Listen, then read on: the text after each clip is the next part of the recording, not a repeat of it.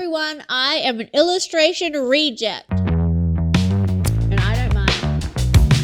So no one asked for this video, but I want to share it with you because I feel like it could be good for those of you who are scared of getting rejected or have a fear of getting rejected. Like, I feel like we all sometimes let the fear of rejection stop us from doing things. So I want to hopefully put the opposite energy out into the world and like somehow like give you some pep and let it blast you up into like a different direction. That's good.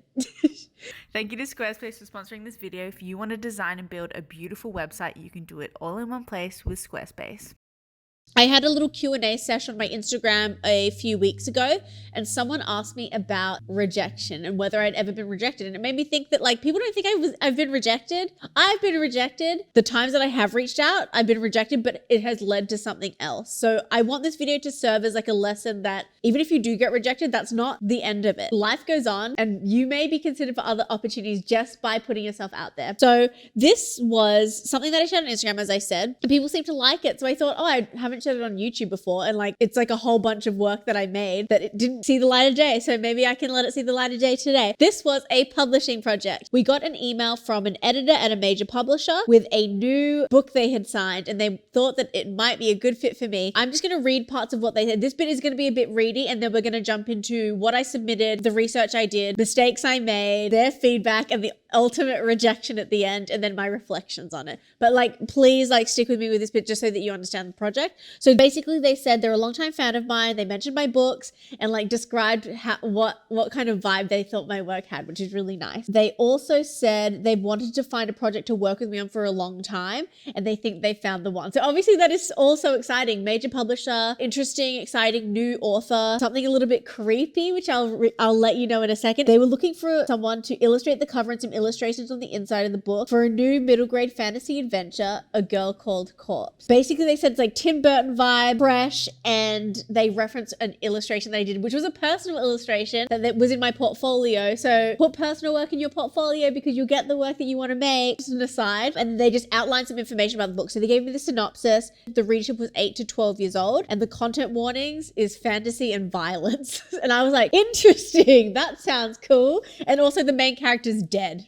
So I was like, this is interesting. If you know my work, you know that it's very cute, it's very colorful, it's very sweet, and it exists in its own innocent little world. So I'm always excited to take on projects that let me step outside of that world and challenge me to kind of make it me, but make it like a little bit different, you know? They discussed the project details, including the specifics of the illustration. They said they wanted a final cover, some internal illustrations, which they were open to negotiation for, but they're thinking at least a 3 double-page spread, black and white illustrations, and a mixture of vignette and border illustrations to be used throughout for decoration and atmosphere. That sounds rad to me. I was like, I haven't done a project like this. First of all, I've only really done kids books, and they're my kids books, and I've never pitched for like middle grade publishing projects before. So I was really excited to do this. Also, like they left dates and stuff like that. Once we decided we wanted to pitch for this project, basically she just reminded me that the piece that they liked was A Sleepless Night, which is the personal piece I spoke about before, and they thought it was like the perfect vibe. So that gives me a good idea, like maybe that's like the version of my work that they want to see, and they reminded me of like the details. But I had asked for that manuscript and I had already read the entire book. I read it from like cover to cover, and I also went a bit crazy and like fully made a table of like all the characters and what their features were and like what I would like to reference if I got the job.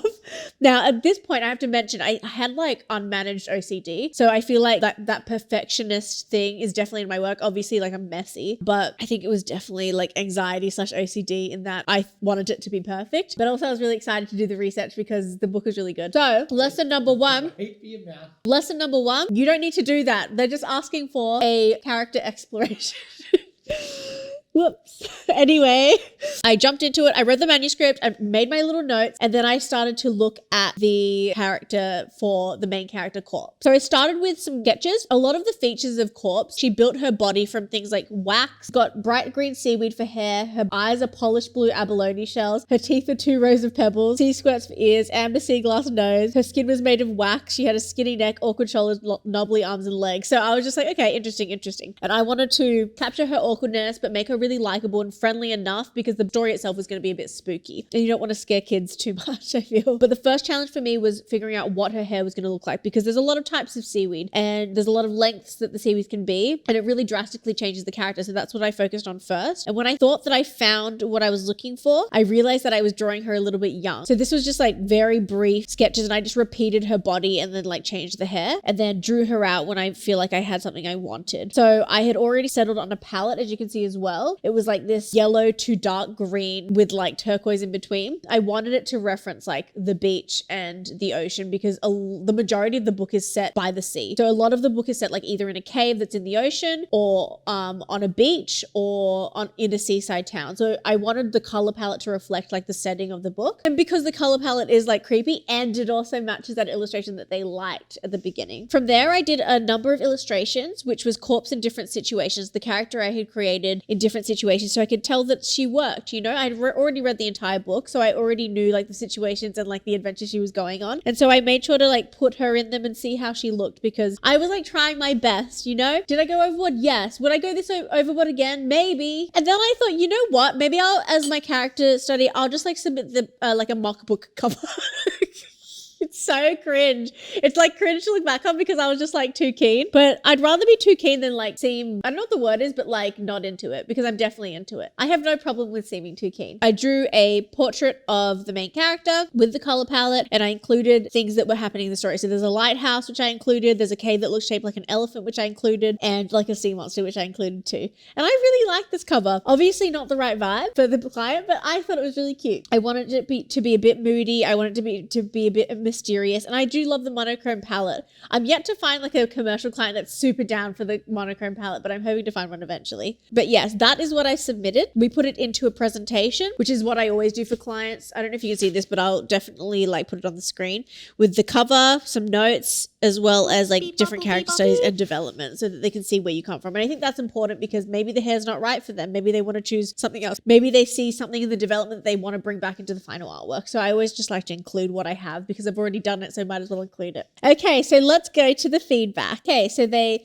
got back to us within the week, and they said they've shared the material with the publisher and the author, and they've had extensive discussions with their sales and marketing teams about it. Their feedback is below. We all loved the dual comic / spooky feel to this material, a tricky tone that Sha'an has captured very well, and we thought that Sha'an had done an incredibly good job in making corpse look appealing. This is no mean feat, especially when she's such an uncanny creature. To be honest, she wasn't sure if it was going to be possible to make her not scary, so I'm super impressed. The design of the spider Simon was also very cute. Even our arachnophobic publisher smiled, so that's so cute, because the spider I did like. That is the first time I drew a spider like that, and I draw spiders like that now. So I'm happy that I like got to work on this, even for that alone. Compliment sandwich, which I appreciate, because every time I work with publishers, editors are just so nice. They're just like so sweet. Even when the point of the email is to say that something's not right, it just leaves you feeling really good. That made me happy. And they said, however, sales and marketing were concerned that Sha'an's art style skewed too young for the older end of the middle grade market, which we're trying to target. And unfortunately, the consensus was ultimately to go in a different direction. They appreciated my enthusiasm for this project. And while this didn't work out to be the right fit, I very much hope to work with you on something in the future. So that's really fun. And like, still ended on more positives, but like, we don't need to read that, because I was just like hooting my own horn or whatever. But yeah, so that was the feedback. The feedback was that just to like recap, the feedback was that my style was a little bit too young, which like I totally get, because my style is young and my digital style is like young. So obviously, if I could go back, I would probably add a little more texture, make it a little less cartoony, because I think that style can come off as cartoony, which automatically makes you think of cartoons. Whereas when you use traditional media and something a little more textured, it makes you think of like book illustrations, which can have like more of a big range, you know? Okay, so that was the feedback. Now, something I was surprised by is that the type of illustrator that I am is someone that like, I pitch ideas, but I don't really pitch for projects against other illustrators, like not by choice. It just so happens that that's how I work. So I'm not used to not getting to tweak a project. You know what I mean? I think in this case, I should have focused on like a finished illustration of just the character, because I totally like went overboard, but in like not the right way. Because if they were after a character study, they didn't really need like this other explanation. But I was like, look what I can do. I can do all this stuff, and like I can totally do it. But I think next time what I would do is just like be chill. I would do the research still. I definitely read the book because it's fun and you get a sneak preview like way before it's published. But I would probably have done like a more finished illustration with a lot more texture, and really tried to emulate what they were asking for with like that illustration that they liked, because that illustration was a little bit older. And I think my work is super playful and young, and I have 2 kids books, and so I'm used to working for kids that are a lot younger, and so I would just like be more mindful about that, I think. I was obviously really disappointed. Like, I'm smiling now, but I was like obviously really disappointed when I didn't get the project, because I was really looking forward to it. I love the book. If you guys know like kids in that age group, or you like reading like middle grade novels, like please read it. It's really cute. So yeah, I was really bummed not to be able to explore that world and that character and that vibe, because it's not something that I do in my own work. But I'm grateful for the process. And like, I have to say, I was disappointed, and then I forgot about it and didn't think of it again until I saw the book in the bookstore, and I was like, oh my God, that project. And then like didn't think of it again after that until someone asked me about rejection. I was like, have I been rejected? I was like, oh yeah, this. And so like the moral of the story is everyone gets rejected sometimes, even the people that whose work you like and seem to have it together. We get rejected. I assume that's me. Anyway, everyone gets rejected, and even if you are rejected, you'll probably forget about it in a second. It's the idea of getting rejected is a lot scarier than actually getting rejected. Once you get rejected, you go, I'll just buy myself a bubble tea and like move on and do something else. That's how it goes. I totally understand being scared, especially if you're excited about a project, or like you haven't had your big break yet. Everything seems really like dire. Just keep making personal work. I think that like personal work is always going to be the work you want to make the most. Like it's going to be most close to what you want to be doing. And so like building that work for your portfolio will get you other jobs that are like it. Just like with this, like they reached out to me because of that personal illustration that I did. Just so nice. I've learned a lot from the times that I've got rejected, including like what may be expected of me for the next time I get a project like this, what I would like to change as a part of my process. Maybe like chill out just a little, because you know, you don't need to be spending so much time on something you might not get. Still put as much effort in. I was doing some experimentation today for Peachtober with ink and paintbrush, and I'm really excited, but like, let's not get too excited. It's still a long time away, but I don't know what the next video is going to be, but I really want to do a podcast with Rocket, because we were sharing like cringe career moments with my sister the other day. And it was so funny. Like we were laughing so much. And also like Rocket has a lot of cringe moments because he has like a lot of clients so that he interacts with in person. So it's so funny. It's basically Rocket going to be telling his cringe career moments, but it's really good. Trust me. So I want to do that at some point.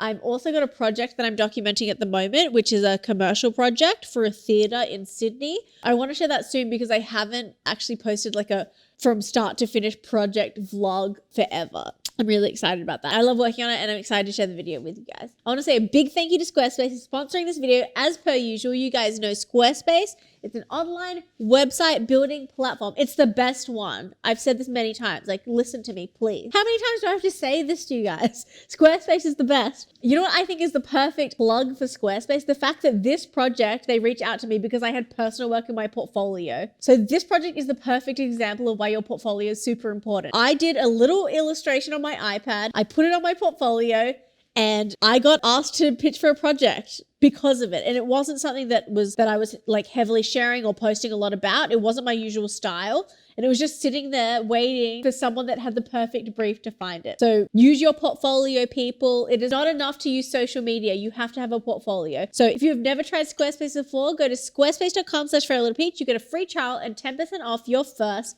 purchase. Thank you, Squarespace. I think my best tip would be make sure to include personal work in your portfolio. It doesn't seem as impressive, especially when you're starting out for yourself, but it is impressive because it's the work that's closest to what you're most passionate about making. And I think people can really sense that. Okay, that's all. I'll see you very soon. I hope this was helpful in some way. I hope it makes you feel a little bit less scared of rejection or failure or what you think that's going to be like, because honestly, trust me, it's really not that bad. It's really not that bad. To the salon. I'm getting my hair cut tomorrow. I'm trying to think of last minute details before Rocket shuts off the camera.